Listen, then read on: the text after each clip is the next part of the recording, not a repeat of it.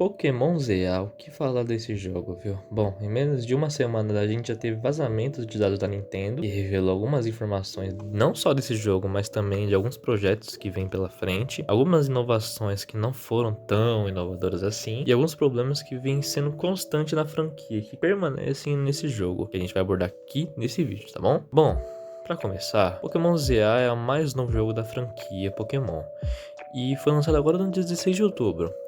O jogo está seguindo uma linha do que parece ser uma nova proposta iniciada no Pokémon Arceus. É um segmento diferente dos jogos tradicionais. Ele vem trazendo um mundo aberto com novas mecânicas, que diferente do Scarlet e Violet, que você tem um mundo entre várias aspas aberto, mas você tem que seguir uma rota. Aqui, por exemplo, você não tem a necessidade de você seguir um trajeto para você finalizar o jogo. Você pode fazer a rota da forma que você quiser. E algumas outras mecânicas, como por exemplo dos Megas, e também como você poder capturar com o Pokémon sem necessidade de você entrar em combate. Ele te dá muita mais liberdade para você explorar a região apresentada, sem necessariamente seguir uma rota fixa. Porém, apesar disso ser uma positividade muito boa vindo desse jogo, ele traz contrapontos juntos dessa questão. Que é, ele tem o mesmo defeito do Pokémon Arceus, que é trazer um tutorial extremamente longo, arrastado, e que faz com que você tenha praticamente ficar indo de um lado pro outro, spamando o botão para ficar preso para ficar preso em missões que você pode desanimar do jogo, entende? Por exemplo, no Pokémon Emerald, por exemplo, pegando gerações mais antigas, como por exemplo, pegando gerações mais antigas de exemplo, como por exemplo, pegando gerações mais antigas, como por exemplo, pegando gerações mais antigas, como por exemplo o Pokémon Emerald, é claro que você tinha algumas interações e diálogos que eram necessários e importantes, porém, a maioria você ia fazendo, você não precisava necessariamente seguir um tutorial específico que você ia para um lugar, aí depois você ia para outro, aí você não podia sair daquela ação, você tinha que cumprir. Então, é complicado você ver que eles estão com uma proposta. É complicado ver que eles estão com uma proposta nova, que seria dessa liberdade, porém eles não seguem isso de fato. E você fica praticamente 2 horas preso nesse tutorial, o que, claro, é pouco tempo, considerando o jogo total, que ele vai ter de, sei lá, 50 a 60 horas, dependendo da forma que você jogar. Porém, quando você lembra que ele é um jogo que justamente ele pode ser introdutório para um novo público que justamente está querendo esse novo estilo, pode ser desanimador. Por exemplo, eu gosto bastante dos jogos da geração do 3DS até o Game Boy. Porém, do Switch eu praticamente não joguei isso. Eu tô jogando esse Pokémon ZA justamente para gerar conteúdo. Mas, de resto, nenhum deles me interessou porque eu tive que praticamente ficar 1 hora indo de um lugar pro outro, tendo que seguir ações e missões que eram obrigatórias. Então é meio complicado você ter essa falsa liberdade durante um tempo. E claro, depois que você desenrolar o jogo, você vai ter essa liberdade, tipo, você vai poder fazer o que você quiser e tudo mais. Mas é meio desanimador você já começar assim, entendeu? É aquela questão de julgar o livro pela placa. É a questão de julgar o livro pela placa. É a questão de julgar o livro pela capa. E bom, ele traz outra questão. Ele traz outra polêmica, que é a questão das megas evoluções, que sim, é muito legal a questão das megas evoluções, eu realmente gosto. Meu jogo favorito, um dos meus jogos favoritos, que é o Pokémon X, ele traz isso, só que é muito limitado. E é interessante ver que nesse jogo está sendo implementado, só que é complicado você ter uma compensação com aquele negócio. A Game Freak, ela morde e assopra, porque, por exemplo, você tem a questão das megas evoluções, que são muito legais, só que aí você vai ver os designs, são chulos, são medíocres. Então, por exemplo, você tem o do Venusaur, que é literalmente só você adicionar mais coisa nele. Você tem, por exemplo, você tem diversas outras que servem de exemplo que seriamente são ridículas. Mas tem umas que são legais, só que o ponto é, são 3, 4 que você vai achar legais e as outras você vai achar meio, ok, legal, entendeu? Então é meio complicado você trazer uma nova mecânica, que as pessoas gostam e fazer de uma forma bem esdrúxula, entendeu? Bom, outro problema que o pessoal tem reclamado é a questão da qualidade. e que vem sido um problema desde o primeiro jogo do Switch, que é a desculpa que o Switch não aguenta a desculpa que o Switch não tem desempenho suficiente para aguentar o jogo e deixa a qualidade extremamente reduzida. Então você vê constantemente o mapa que até tem pessoas, até tem Pokémons, mas que na maioria das partes parece vazio. Parece que ele é um jogo que foi feito para rodar, por exemplo, no 3DS. De uma forma... se bem provavelmente se tivesse no 3DS seria bem interessante, mas você vê no Switch a mesmo gráfico, a mesma reutilização de texturas, aquele mesmo downgrade, na verdade, né? Porque você vê, por exemplo, sombras ou, por exemplo, texturas que parecem coisas de PS3. Não era pra ser. Então é meio complicado, porque você tem a questão de que... Porque isso entra em outra questão, que é a justificativa de você ter um Switch 2. Porque, por exemplo, eu tenho um Switch Lite e eu tô jogando ele e até agora eu não tive nenhum problema de performance. É claro, ele tá em 720p e 30 fps, porém, ele ainda tá jogável. Ele tá gostoso de jogar, não é uma sensação ruim.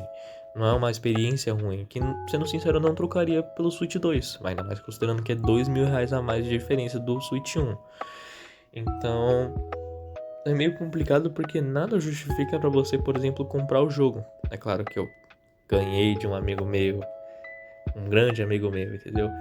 Mas é complicado você ver que um jogo desse, que tem diversos problemas, não diversos problemas, porque o jogo está jogável, ele não tá com nenhum problema que deixa o jogo injogável, mas são problemas que fazem com que o jogo não justifique o preço, que aí entra nessa outra questão, que é a precificação. Você tem um jogo desse que parece que foi feito pro 3DS a full price, é um problema. É um problema que a gente entra na questão da valorização daquilo que você está consumindo. Por exemplo, o jogo é muito legal, o jogo é muito legal, o jogo é bacana, o jogo é bacana, o jogo vale AAA, o jogo não vale AAA. Eu não acho que ele valha R$350. Mas a DLC é de R$200, né?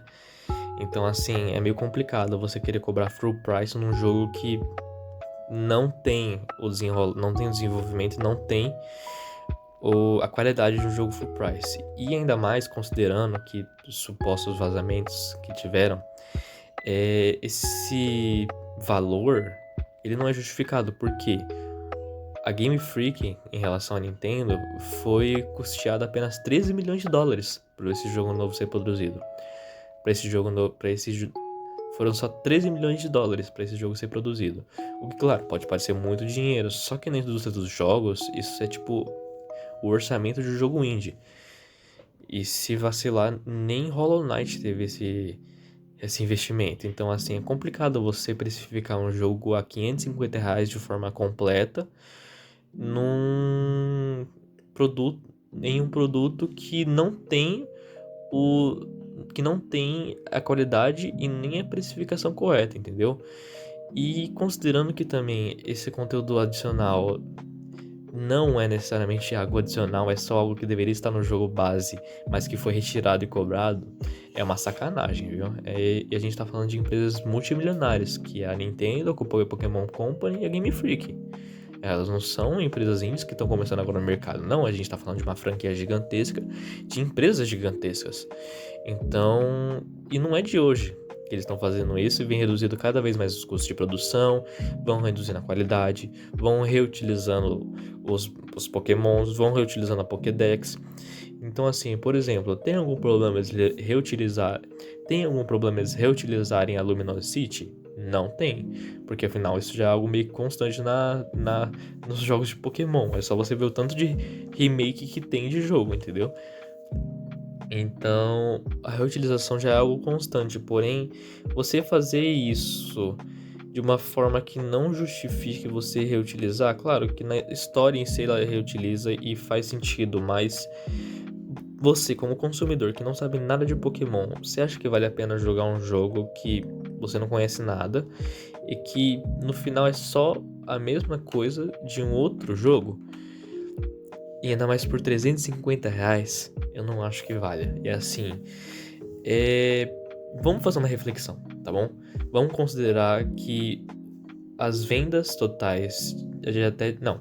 Vamos considerar que o pessoal que comprou o Scarlet Violet, que até março de 2025, até março de 2025 foi registrado 27,15 milhões de cópias vendidas. Vamos assumir que pelo menos 20% desse público vai comprar esse novo Pokémon. Então vamos considerar 10% do Switch 1 e 10% do Switch 2. Só desses 20%, o jogo já teria gerado uma receita bruta de 352 milhões de dólares, tá? Isso é muito maior do que o investimento que teve no jogo, entendeu? E isso que eu não tô contando com a DLC, eu não tô contando com a assinatura online, que tem alguns benefícios pro jogo, e sem contar a venda de consoles também, né? Que é algo importante. Então, assim, é complicado você querer justificar o preço quando ele não se justifica, ele não dá boas razões. Porque você tá falando de um jogo que é medíocre, você não tá falando de um jogo que é ótimo, um jogo maravilhoso. Você tá falando que o jogo que é medíocre. Então, por exemplo, você ter jogos na indústria como, por exemplo, o novo God of War, o Black Myth Wukong, esses jogos que realmente justifiquem que você cobre esse preço, e agora vê a Nintendo e a Game Freak lançando um jogo que é literalmente uma reciclagem de Pokémon Arceus, só que na Luminosity é meio complicado, entende? E você não tem como não comparar, entendeu? Porque o valor é o mesmo. O esforço para você adquirir aquele produto vai ser o mesmo. Agora, o quanto de retorno aquilo vai dar se você não for aquele fã assíduo de Pokémon que, nossa, compra tudo, que tem todas as coisas de Pokémon, entendeu? Eu sou um grande fã, eu não posso mentir. Eu zero Pokémon Emerald todo ano. Eu tô zerando agora o Pokémon X e o Pokémon ZA. Eu já zerei todos os jogos de Pokémon da linha principal, do Game Boy original, até o DS, entendeu? Então não posso assumir que eu não sou um fã, entende? Mas eu também tenho que reconhecer que o que eles estão fazendo é literalmente querendo tirar dinheiro de trouxa. E eles estão conseguindo. Todo lançamento eles conseguem, entendeu? Então é uma questão de que é triste ver essa queda de qualidade, por conta que é proposital, vai continuar acontecendo e não vai parar de acontecer. Até, por algum milagre, as vendas começarem a ser menor que o investimento que eles já tiveram, que já é pouco, entende? Então, só se literalmente tiver só uma região que estiver comprando o jogo, e olha lá, entendeu? Então é complicado, por conta que não dá nem pra dizer que é propaganda enganosa, porque até nos próprios trailers em si desse jogo já mostrava que a qualidade não tava das melhores, ia continuar com uma qualidade medíocre, com uma Pokédex que não inova em nada, que é só, tá bom então, vamos continuar a geração aí, traz uns Pokémons antigos e pronto, acabou. Entende? Aquelas texturas que estão esticadas, parecendo que veio do Play 3. Por exemplo, qualidade de sombra que parece que veio do Minecraft, entende? É complicado você querer colocar tudo isso e aí você lembra, é R$350. Mas enfim, tem muita coisa para discorrer sobre isso. Eu queria muito mais falar sobre as megas evoluções, tem sobre esse mapa novo que não traz muita coisa de novidade. E, bom, eu queria ficar aqui, mas eu teria que ficar horas e horas pra cobrir tudo isso que eu tenho pra falar. Mas enfim, se você curtiu, dá um like aí e comenta a sua opinião, se você concorda, se você discorda. Vamos trocar uma ideia aí sincera de fã pra fã mesmo, de fã pra hater também, de Pokémon, não ligo não. Pode comentar sem problema aí que a gente vai estar ouvindo à vontade, viu? Vou ficando por aqui, até a próxima, valeu!